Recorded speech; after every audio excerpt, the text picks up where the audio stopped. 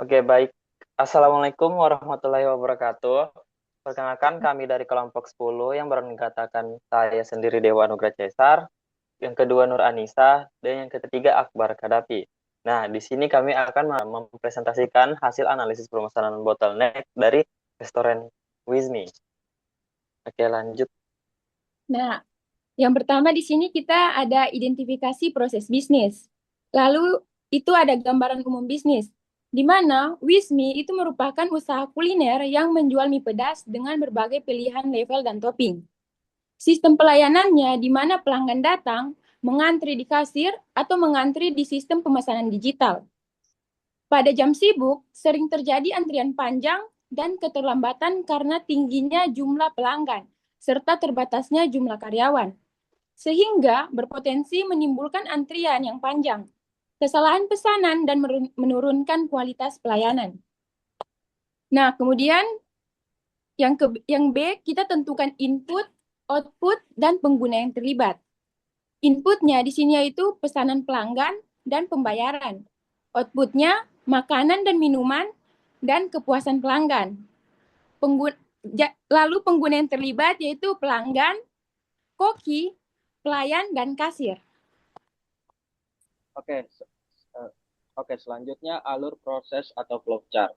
Alur proses bisnis dari awal hingga akhir, yaitu pelanggan datang, antre di kasir, melakukan pemesanan, kasir mencatat pesanan yang manual dengan sistem sederhana, pembayaran dilakukan, pesanan diteruskan ke dapur, dapur memasak pesanan, pesanan selesai, pelayan mengantar makanan, pelanggan menerima makanan, dan selesai.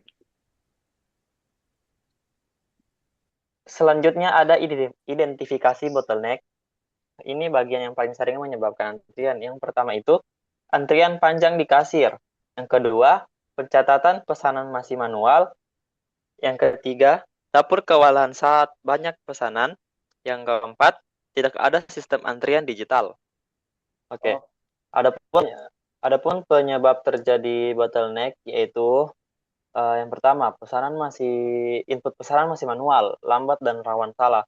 Pencatatan pesanan dilakukan secara manual sehingga membutuhkan waktu lebih lama dan berisiko terjadi kesalahan. Hal ini dapat menyebabkan ketidakpuasan, ketidaksesuaian pesanan, dan memperlambat proses di dapur. Yang kedua, tidak ada prioritas pesanan. Pesanan dine-in dan take-away diproses secara bersamaan tanpa prioritas. Akibatnya, waktu tunggu menjadi tidak teratur dan beberapa pelanggan harus menunggu lebih lama dari yang seharusnya.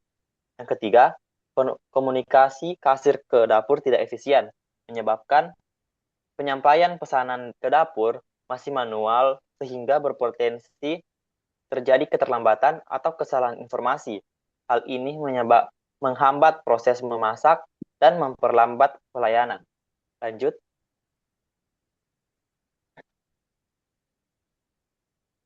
Nah, adapun analisis dampaknya, bottleneck pada proses bisnis outlet Wismi berdampak pada berbagai aspek, mulai dari pelanggan hingga operasional bisnis. Pelanggan harus menunggu lebih lama untuk mengantri dan mendapatkan pesanan sehingga menimbulkan ketidakpuasan dan potensi komplain. Bahkan dapat menyebabkan mereka tidak kembali. Dari sisi operasional, terjadi penumpukan pesanan akibat keterbatasnya jumlah karyawan dan kapasitas dapur. Alur kerja menjadi tidak teratur, serta meningkatnya kesalahan dalam pelayanan akibat tekanan kerja yang tinggi. Selain itu, kualitas makanan menjadi tidak konsisten karena proses yang terburu-buru.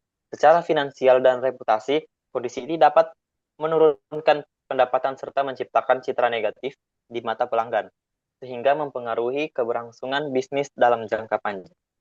Lanjut. Baik. Nah, lanjut selanjutnya kita ada rekomendasi perbaikan atau solusi dari kami. Nah, untuk mengatasi bottleneck yang terjadi, itu diperlukan beberapa perbaikan pada sistem operasional restoran. Yang pertama, mereka perlu menerapkan digitalisasi pemesanan untuk tiap meja, bukan hanya di satu layar. Kedua, untuk mengurangi lamanya pesanan saat ramai, restoran itu dapat menambah jumlah karyawan dapur dan membagi tugas berdasarkan jenis menu agar proses memasak itu lebih cepat dan terorganisir. Yang ketiga, dalam menghadapi lonjakan pelanggan, dalam menghadapi lonjakan pelanggan, disarankan untuk menambah kasir atau menyediakan self-order kios yang mengurangi antrian.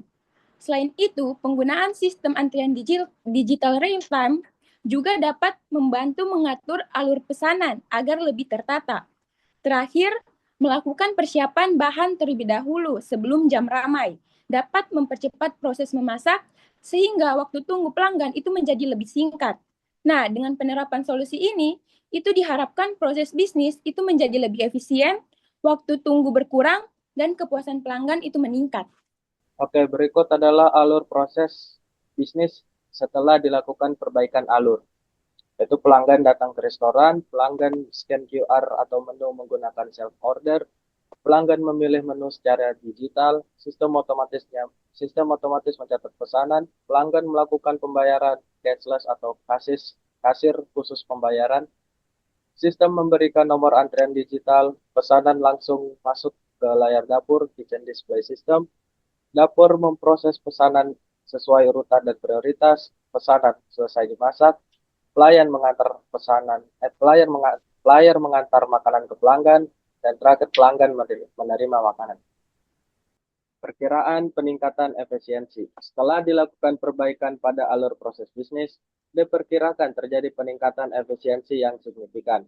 Penggunaan sistem antrian digital dan pembagian kerja di dapur atau station system mampu meningkatkan kecepatan produksi hingga 20-40%, sehingga pesanan dapat diselesaikan lebih teratur. Tingkat kesalahan pesanan juga menurun karena sistem sudah terkomputerisasi yang berdampak pada meningkatnya akurasi layanan. Secara keseluruhan, efisiensi operasional meningkat, beban kerja karyawan menjadi lebih seimbang, dan kepuasan pelanggan pun ikut meningkat.